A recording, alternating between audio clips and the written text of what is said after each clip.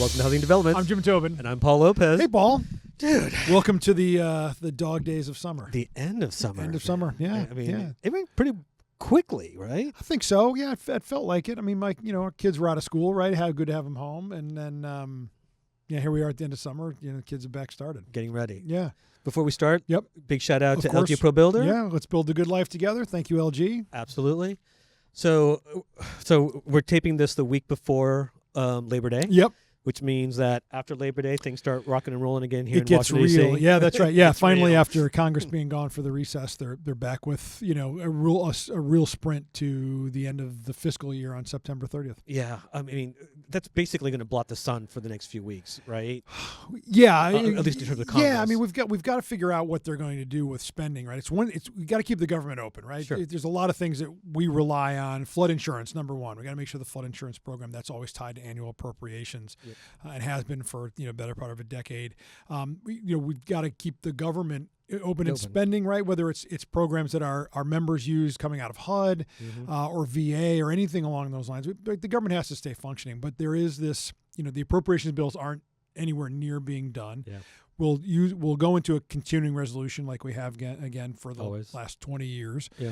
But the president, this time wants to claw back some money. We're fighting the same fight with Job Corps in particular. Our members heard a lot about Job Corps. The president doesn't want to fund the program. He's got a poor opinion of the program. Of course, the Home Builders Institute, HBI, our workforce development partner, they are the largest Job Corps training contractor, and so they depend on those annual appropriations. Congress has made a point, specifically the Senate at this point in time, of fully funding that program. But does the president sign a continuing resolution that allows this program to keep going?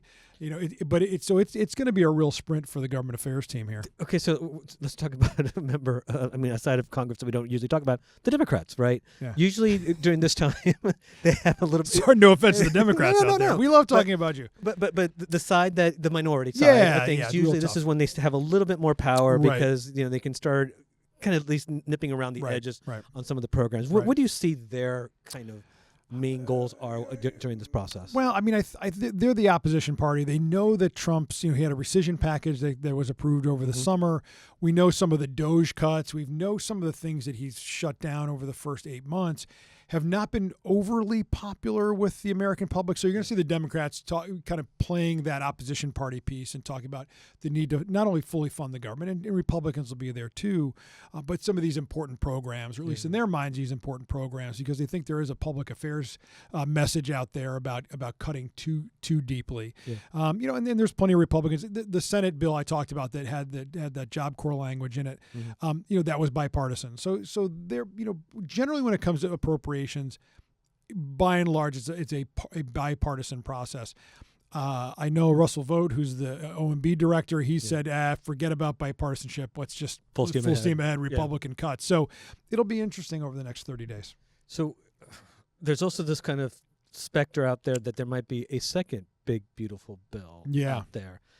It's not being received as warmly on both sides, especially on the Democratic side, but especially on the Republican side, seeming to even put a little bit of the brakes on there. Does that surprise you? Yeah, yes, because it's complicated. You got to pass another budget. Yeah. Then you've got to pass another reconciliation package. Then you have to do all of the bills to fill the reconciliation package. You saw they moved it probably as quickly as they could from Inauguration Day to when they finally passed that bill in July. That's crazy. And it took a lot of cajoling by the president to do that. Yeah. So it's tough. And the year is, it's getting more and more compressed, right? You've got Thanksgiving week, traditionally a week off. You've got the holidays coming up in mid-December. Yeah. You got to get past the fiscal package. So this idea of doing another tax bill or another reconciliation package would have, larger federal programs in it, is daunting. It's exhausting. The moderates and the conservatives all had to eat a little bit to get that first package. Are they really willing to do it a second time? Right. And every day that ticks, we get closer to the midterm elections. I was going to go there. And we don't even want to go down the redistricting route. Too soon. Yeah, right. That's interesting. Okay, so something that you've talked about before in the previous months is it's too soon for the Trump economy. We're still kind of trying to figure that out. Yeah. Things have now kind of progressed, tariffs being a big part of it, other things. are we getting a better, clearer version of what the Trump economy is looking like? Yeah, still very disruptive, but we are. Obviously immigration, there's been a lot of stories this week in particular about immigration and the fall-on effect to the economy. Not only is the border shut down, but clearly there are people that are leaving the country. I mean, we'll call it kind of self-deporting themselves. Yeah. As Homeland Security Secretary Kristi Noem has said. So we're going to see that constriction in the labor market. We saw the latest numbers in August when the Fed potentially reacting to those the tightening labor market. Right. But the tariffs, a lot of big deals out there, right? There's, China keeps we're every 90 days, right? Yeah. China seems to be in the works. EU details are coming in. I think South Korea was here last week or this week. So, but India's got a 50% tariff that went into effect this week. Brazil. And Brazil. So it's still very bumpy, but we are. I mean, it's disruptive. The president is remaking the world order, not only from an international affairs perspective, but also international trade perspective. So I still think there's some ways to go here, but we're still have a little bit to go, and what it looks like at the end. Does he have any other tools or weaponry other than the tariffs? I mean, I know that seems to be the main thrust of his economic policies is to get the other other nations to kick in their fair share. Right. But what else are we hearing in terms of what he's using to kind of squeeze out? Foreign aid is the other one that they can use, but Congress really has a purse strings on that as well. So that's another. We talked about a moment ago about the appropriations process, the foreign aid package that comes out of the House. That's all part of it as well. So those are really the big. Tariff is really the big way to kind of use it as a blunt force object. But you can see what's going on out there. I mean, people are coming to the White House to do deals. Now we're talking about the federal government you think about remaking things, federal government taking stakes in Intel. Yeah, 10%. They traded, CHIP Act's money for a stake in the company. Now they're talking about defense contractors. I think I saw something today. Lockheed Martin. Yep. 96 or 97% of their revenue is from government contracts, and they're talking about maybe Lockheed should give a little taste to the government too. It's strange. Some of these concepts are so foreign to at least my ears. Yeah.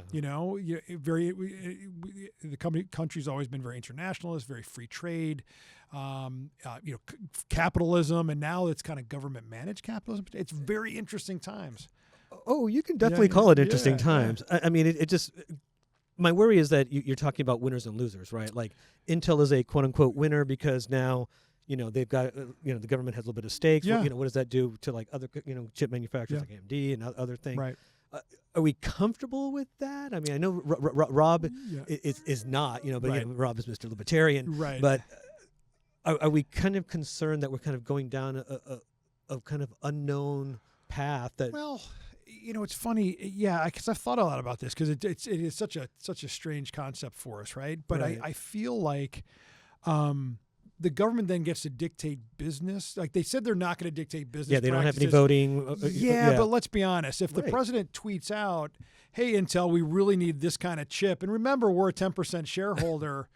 I mean, you get a big contract, right? Oh, we're going to give contract to Intel because they're part of the in-house system. Right. Well, and think of it this way. Over the last 4 years, Fannie and Freddie, right, which are wholly owned subsidiaries of the federal government, right? They own all their stock or most of their stock, right, or the preferred stock. And the government's collecting all of their dividends, right? The Biden administration basically did policy through Fannie and Freddie. We were fighting against energy efficiency standards or resiliency standards that Fannie and Freddie were going to place on home mortgages or mortgage bankers, right? Yep. And so think about that. The White House moving policy because they own these two housing finance giants. I can see the correlation between private companies that a federal government has a stake in. I would also say, just kind of translating this to our lumber wars that we have in Canada, right? What's the biggest argument about Canadian lumber? Oh, the lumber companies get a cheap discount on federally Canadian-owned land, and they don't pay stumpage fees and things like that. Right. Well, wait a minute. Wouldn't companies that are buying Intel chips say, well, wait a minute, you are government subsidized, and so we're going to put tariff barriers up there. It's a slippery slope. It's weird, right? And again, these are, the Intel thing's done, but the concept of it is still unproven. But yeah, it's we're going down a road less traveled. Yeah, certainly for us, right? Okay, speaking of untraveled roads, let's talk about the Fed. Last week, in Jackson Hole, Wyoming, clearly, the Fed chairman said, "Okay, it's looking like we're going to lower rates." Stock market went up, gajillion points. Right. Life is good. But then there was kind of a twist at the end where, there's also an announcement like, oh, well, I'm going to fire one of the Fed governors. Yeah. I think that kind of took away some of the wind in the sails there, but obviously good. And I want to focus on the good, right? Looks like rates are finally going to start coming down, which is great for housing. It's great, for consumers, really, right? So I think we're starting to see a little bit, that light at the end of the tunnel just got a little bit bigger last week. Yeah, I think that's right, in the sense that clearly the Fed, and they say, like Powell said, he's concerned about the labor market, not necessarily about inflation, even though inflation is still on the higher side. Right. It was interesting because, obviously they need to cut to get back to more neutral rates. We know we're in much tighter than we should be. We call, in our HMI release, we called for rates to finally start to come down. Yeah. But it's one of those things too, right? They don't want to get it wrong. I think everybody feels like they've missed. They should have started. They should have cut it. Started a couple meetings ago, and we know they missed the inflation window to the downside, or the upside, I guess, in that case. Right. So, but I still think it's very strange, because you can't take away the Trump political factor, who's been just beating Powell over the head for the last many months, and now, like you said, the potential of using mortgage fraud or alleged mortgage fraud to replace a Fed governor. That'll be tested in the courts too. So it's just interesting times. But I think if hopefully Powell sticks to it, or the governors all see that they've got to start cutting. I think that sends the right market. AD&C lending will start to decrease in its financing costs, and I think it sends a broader message to the markets, including the mortgage market, that maybe we can start seeing some moderating mortgage rates. Right. I want to lean on. I know you travel and you hear our members all over the country. What are you hearing compared to what our numbers are showing? The Wells Fargo Housing Market Index came out. It basically relatively flat at 32, dropped a point. Right. The starts, sales, everything is just very tepid. Right. You said before we kind of lost the spring buying season. Right. Does that jive with what you're hearing? Because before it seemed like everybody that you spoke to, not everybody, but a vast majority of people were like still optimistic, still side. Has things shifted or not yet? I would say the last couple of months in when I visit the members, and I've been in North Carolina, Pennsylvania in particular. Yeah. I think the members' sentiment finally caught up to HMI reading that they are now the cliff, sales, traffic, everything has really gone off the cliff over the last couple of months, where in the spring, they were finishing up jobs, or there was some optimism. Now it's definitely slow. They're still working, but it's definitely gotten, like I said, 32 in the HMI. It feels like that out there in the membership now. Yeah, interesting. I mean, we're still having affordability issues, obviously. Right. There's an index that we do, which we don't really talk about, but I think we should. The NAHB Wells Fargo Cost of Housing Index. Right. At record. I don't want to say high, because that seems like it's good, but it's not. Right. The vast majority of people making the median wage can't afford a house still, right? Or at least not comfortably. They have to spend about close to 40% of their income. And 30 is where like a low. Yeah, 28 to 30, right? So, do you guys? Yes, guys. Do we see does NAHB see things easing with the rate cuts? I mean, what's going to be? Or is there, I should ask, a magic bullet out there that's going to really bring home prices down and get confidence back, right? I think a lot of people have like a little bit of a confidence problem. That's right. Yeah, the only thing is we're gonna have to build more housing. I think. Well, I'm going to tell you two things. One, we got to put more supply in the marketplace. That's our job. We're working really hard to lower those barriers to more construction, of which lending is a problem. We talked about the Fed rate and how that should translate to AD&C lending. Right. Mortgage rates should start to come down. That's the other piece too. Not only more housing and our ability to build more housing, I mean local governments got out of the way and actually try to build more housing. Right. But then if mortgage rates start to come down, that's the affordability factor. Yeah. Hopefully, and I will say this right now, as we've been talking for it seems like a couple of years now, the only thing on the market because of the rate lock phenomenon that so many people in existing markets or existing homes are in is a new home. And now there's even less new homes because the market has slowed enough where the builders aren't building as much anymore. If rates can come down and people feel comfortable selling the homes they're quote unquote rate locked in, that will bring a whole new avenue of supply on there, right? There's more existing homes than there are new homes every year. Right. We just need to unlock that. And then that should bring competition everywhere, which means new homes will face a stiffer competition against existing homes, and hopefully prices will sag and everybody will flood back into the market. Yeah, I mean, because the phenomenon is still happening that existing homes are actually still more expensive than new, which is we flipped that like 2 years ago, and it hasn't flipped back. Right. Builders are doing everything they can to move their product, right? Which I think is, if you're an existing home owner, if you've got an acre, which 5-6 years ago seemed fantastic, now it's like, oh well, how can I get my money back? I got builders who have a quarter acre lot, they can bring down the prices. Right. While I'm sitting on an acre, I've still got this book value that I need to keep. Probably just a mortgage as well, right? Yeah, and people, exactly. I mean, I think people have built up enough equity, right? If they do want to sell, it's not really a seller's market right now. It's going to take. We're still months away from seeing kind of meaningful churn in that marketplace. But I do think if the Fed cuts and we start to see mortgage rates drift down. Get closer to 6 consistently rather than closer to 5.5 or 7, I think people will have a little bit of courage to jump. Because, I mean, we've been talking about this now for a while, and I know Rob has too, that the demographics, everything is in our favor, right? Yep. Of once this pent-up demand releases, it's going to be a great time for our members and for builders for at least a year and a half. Right? Oh, no, it's more better part of a decade. I mean, we're looking at 2032, 2033 because of the demographic changes. The millennials are in their prime home buying age. They're the largest of the big generational cohorts. Right. Or they're the last big generational cohort. And they're in their prime home buying age, but they can't get into ownership now. Right. And so once we get rates at a manageable place, we know they want home ownership, through 3 or 4 to 1. And so it's time.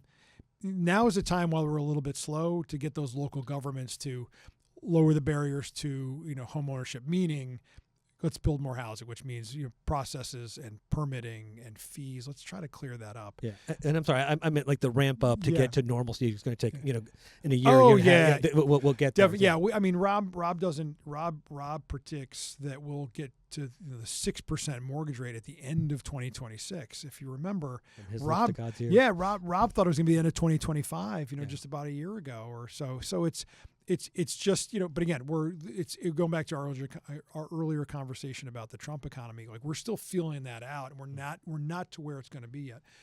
Always an optimist. I think it's going to be great when we finally get there, but it's still bumpy for a little bit. You're an optimist, but let me see, what keeps in regards to the housing industry, not NAHB, but the housing industry.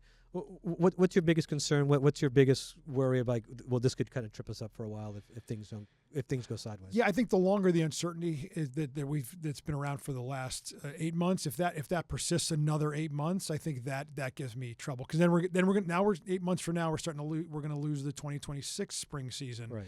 So the sooner we can get to what the new normal looks like, and I mean look at the stock market. We had that obviously that it imploded in April. Now they're setting new highs. I think somebody said today the NASDAQ's kind of starting to creep up on setting a new high. I mean, and now they're talking about froth in the stock market, and that's the last thing you need too. But never mind stock market fundamentals. There's a lot of good news about the economy, no doubt about it. And it's just getting over this hump. And so 8 months from now, if we're having the same conversation, we're gonna have lost 2026 or a better part of it. Right. But again, that's what kind of keeps me up. Because we have remember the big beautiful bill that's kicking in. That's kicking in. We also have deregulation, right? We're talking to the White House regularly about what regulations they can work on to get out of the way of housing. They've been very receptive to those ideas. We keep testifying up on Congress. Buddy Hughes will be in town in a couple of weeks, testify on codes and fuel and choice in the housing market. So we continue to press the case, policy wise. And now we just need, the Fed to do its part next month and the president to keep kind of grinding away and remaking things. And we'll get to a stasis here where I think we'll be zipping along. Very nice. I think that's it for this episode. I think that's it. I want to give a shout out to my buddy Steve, who he actually is one of the rare people that moved, their life situation changed, and they moved from outside of Boston to Charleston, South Carolina. He listens to our podcast. He complimented me on my partner in crime. So thank you. So Steve, thanks for keep on trucking, and we appreciate you listening to us. Big shout out to Steve. Yeah. Big shout out to our sponsor, LG Pro Builder. Yeah. Steve buying LG. They're great product for the new house. Let's build a good life together. You got it. Yeah. Well, all right. Well, until next time. I'm Paul Lopez. And I'm Jim Tobin.